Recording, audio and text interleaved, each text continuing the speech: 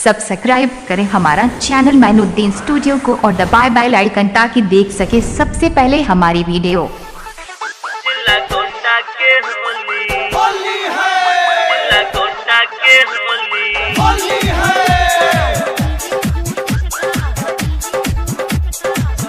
आप सुन रहे हैं बीके सिंगर दशरथ कश्यप को।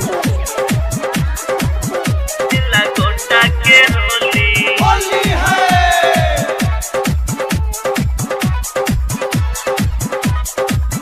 जिला गोंडा के होली आ गइल देखा बबनी फागुन महीना, बिना गुलाल मारे केहू रही ना। रंजाई लहंगा और चोली ई हमें जिला गोंडा के होली। मस्ती में झूमी पूरा टोली ई हमें जिला गोंडा के होली। आ गइल देखा बबनी फागुन महीना, बिना गुलाल मारे केहू रही ना।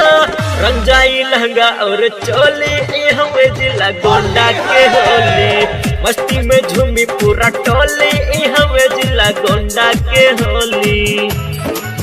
जिला गोंडा के होली है, जिला गोंडा के होली है।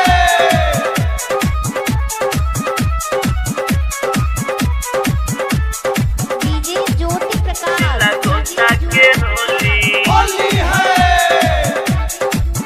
जिला गोंडा के होली। बचना ही पैबू जिला रंग बाज से, छोटी ना दाग जम लाग जाई आज से। लाग जाई आज, लाग जाई आज।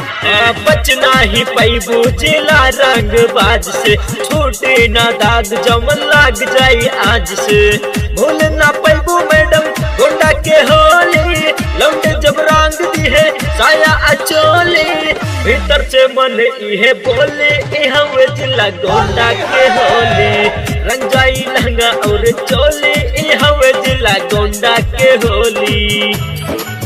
जिला गोंडा के होली है, जिला गोंडा के होली है। आप सुन रहे हैं बीके सिंगर दशरथ कश्यप को। जिला गोंडा के होली है, जिला गोंडा के होली। उड़ के गुलाल पूरा लहंगा में जाई, सच कहतानी मजा बहुत आई। मजा बहुत आई, मजा बहुत आई। उड़ के गुलाल पूरा लहंगा में जाई, सच कहतानी मजा बहुत आई। खुश हो जाई मन मजा जब पैबू, खुद से रंगावे खातिर गोंडा में आईबू। कलरफुल होई रंगोली ई हमें जिला गोंडा के होली। रंजाई लहंगा और चोली ई हमें जिला गोंडा के होली। जिला गोंडा के होली है, जिला गोंडा के होली है।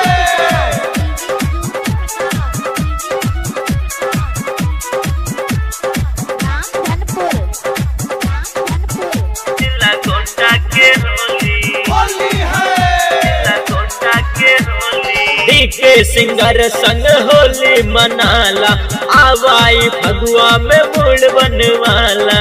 मूड बनवाला, मूड बनवाला। दशरथ कश्यप संग होली मनाला, आवाई फगुआ में मूड बनवाला।